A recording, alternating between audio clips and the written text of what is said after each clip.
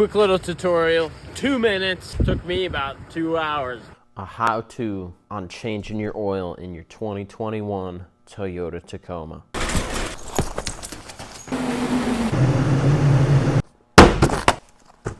Step 1. Remove this skid plate.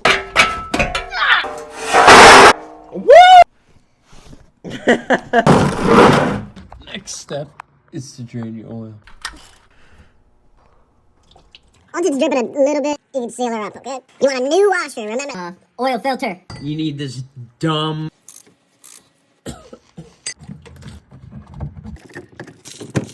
thing out at once, so no. Get out. This one's important.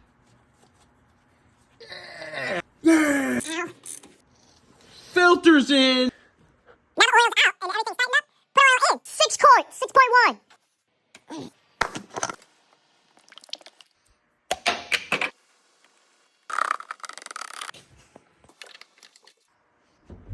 Keep the system flowing.